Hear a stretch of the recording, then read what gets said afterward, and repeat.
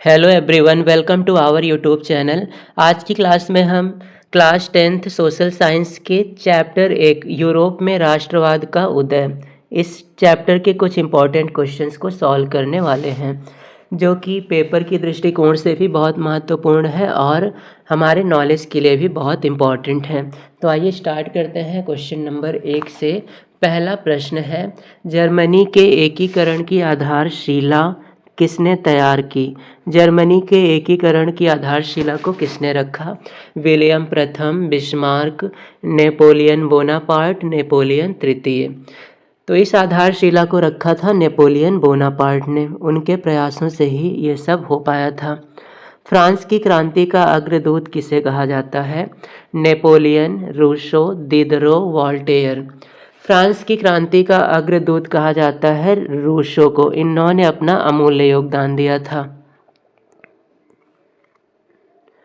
Social contract, social contract इसे हिंदी में कहते हैं सामाजिक अनुबंध। इस पुस्तक की रचना किसने की? तो इस पुस्तक की रचना भी की है रूसो ने, और इस पुस्तक के माध्यम से उन्होंने राष्ट्रवाद की भावना को फैलाया था। अगला प्रश्न है, 1789 ईस्वी में फ्रांस की क्रांति के समय किसका शासन था? लुई 14वां, लुई 16वां, लुई 15वां, नेपोलियन। तो इस समय 1789 में फ्रांस में लुई 16वां का शासन था।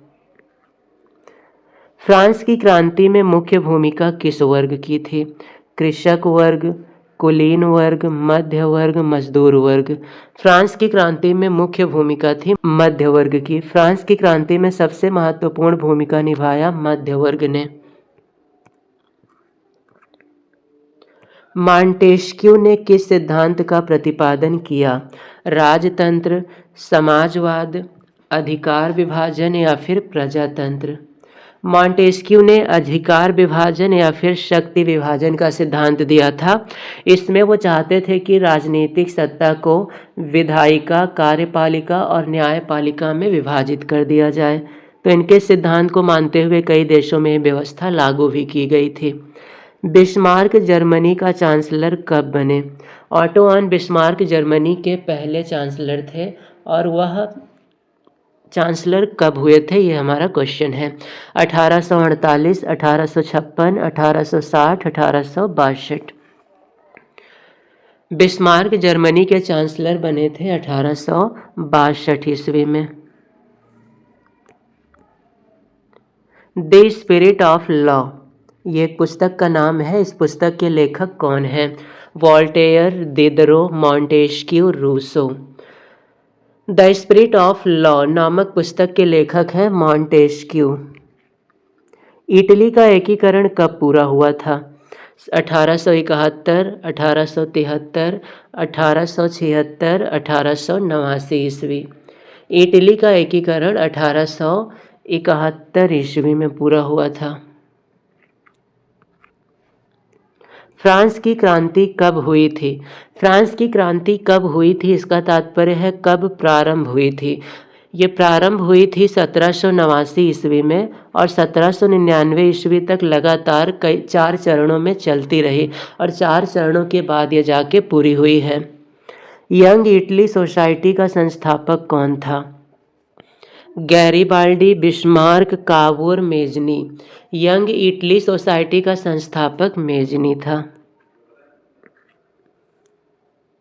राष्ट्रवाद का प्रारंभ किस देश से हुआ? France, Bharat, Germany, Italy. राष्ट्रवाद की भावना का विकास सबसे पहले फ्रांस में हुआ है।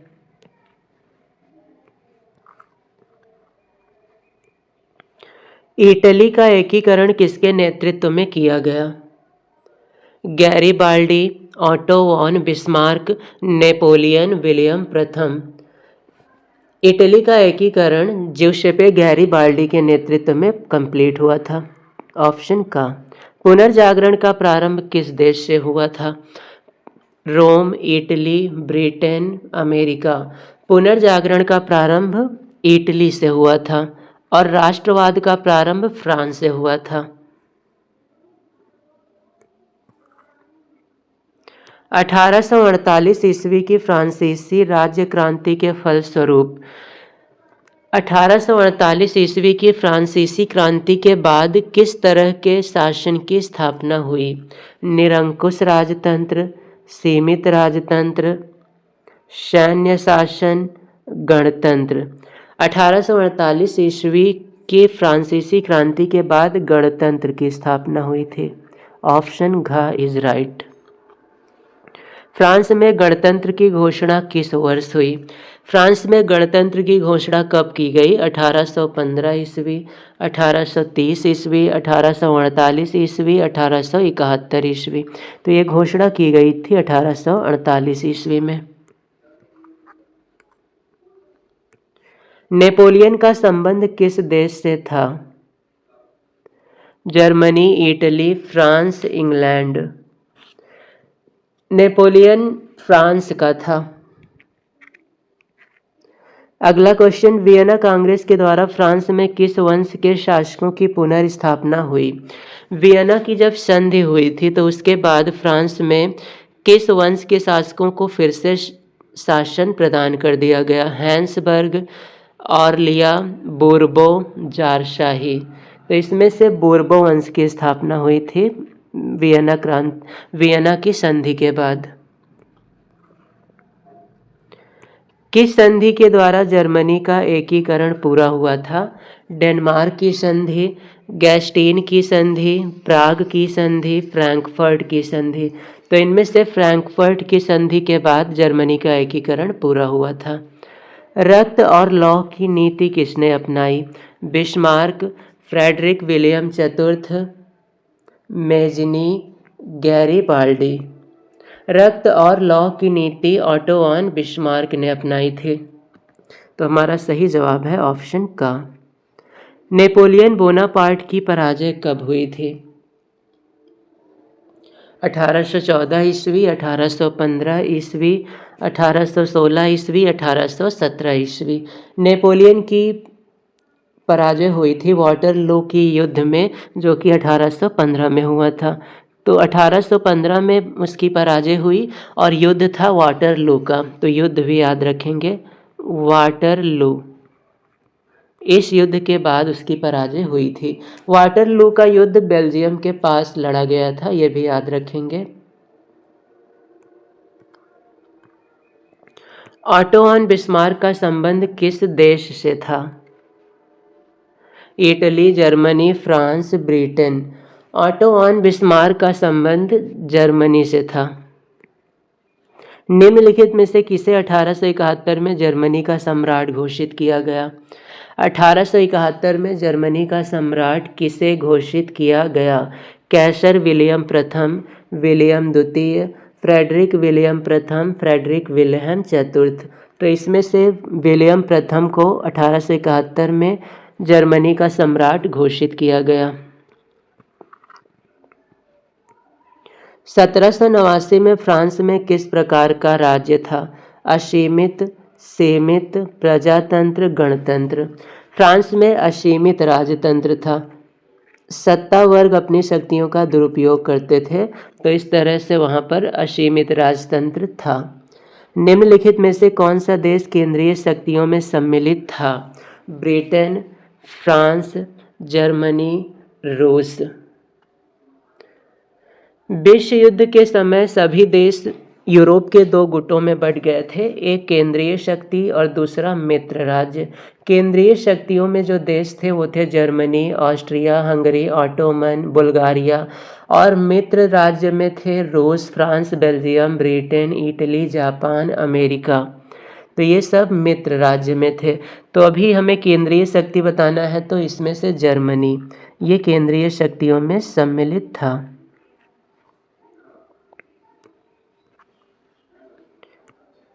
किसका कथन है, जब फ्रांस छींकता है तो बाकी यूरोप को सर्दी और जुकाम हो जाता है?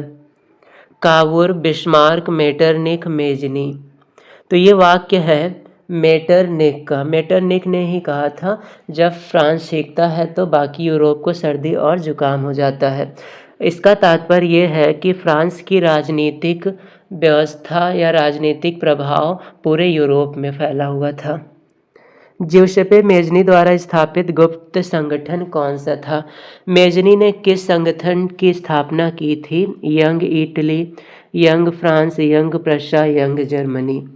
मेजनी ने यंग इटली की स्थापना की थी।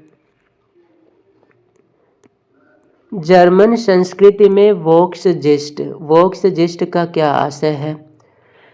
राष्ट्र, संविधान, आम जनता या फिर संसद। तो वोक्सजिस्ट का मतलब होता है आम जनता। ज्यूसेppe मेजनी का संबंध निम्न में से किससे था? इटली का एकीकरण, जर्मनी का एकीकरण, इंग्लैंड का एकीकरण, फ्रांस का राष्ट्रवाद। तो इसमें से मेजनी का संबंध था इटली के एकीकरण से। ऑप्शन का इज राइट। वियना की संधि कब हुई? 1848, 1815, 1843, 1900। तो नेपोलियन के समय जो वियना की संधि हुई थी वो 1815 में हुई थी, जब वो वाटरलू का युद्ध हार गए थे।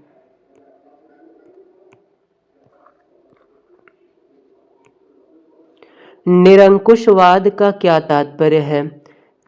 निरंकुशवाद का क्या तात्पर्य होता है? ऐसी शासन व्यवस्था जिसमें सत्ता पर जनता का अंकुश हो। सत्ता पर जनता हो।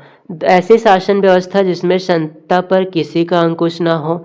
ऐसी शासन व्यवस्था जिसमें सत्ता पर कुछ व्यक्तियों का अंकुश हो। ऐसी शासन व्यवस्था जिसमें बहुसंख्यक वर्ग का सत्ता पर अंकुश हो। तो निरंकुशवाद का मतलब होता है ऐसी शासन व्यवस्था जिसमें सत्ता पर कुछ व्यक्तियों का शासन होता है। ऑप्शन ग यहाँ पर सही है।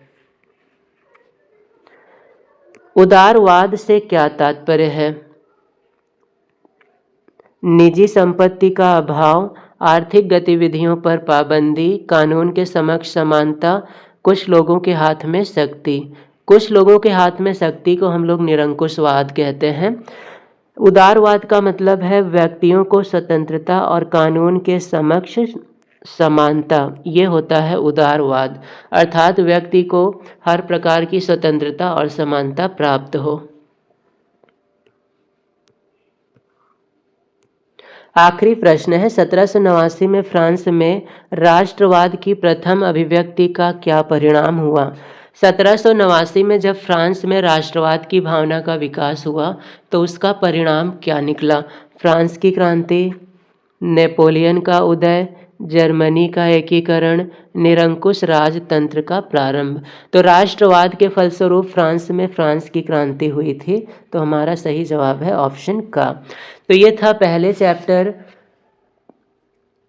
समकालीन विश्व और भारत के कुछ इम्पॉर्टेंट क्वेश्चंस, जिसमें हम लोगों ने यूरोप में राष्ट्रवाद का उदय इससे अच्छे से समझा। अगली क्लास में हम भारत में राष्ट्रवाद के MCQ क्वेश्चंस को सॉल्व करेंगे।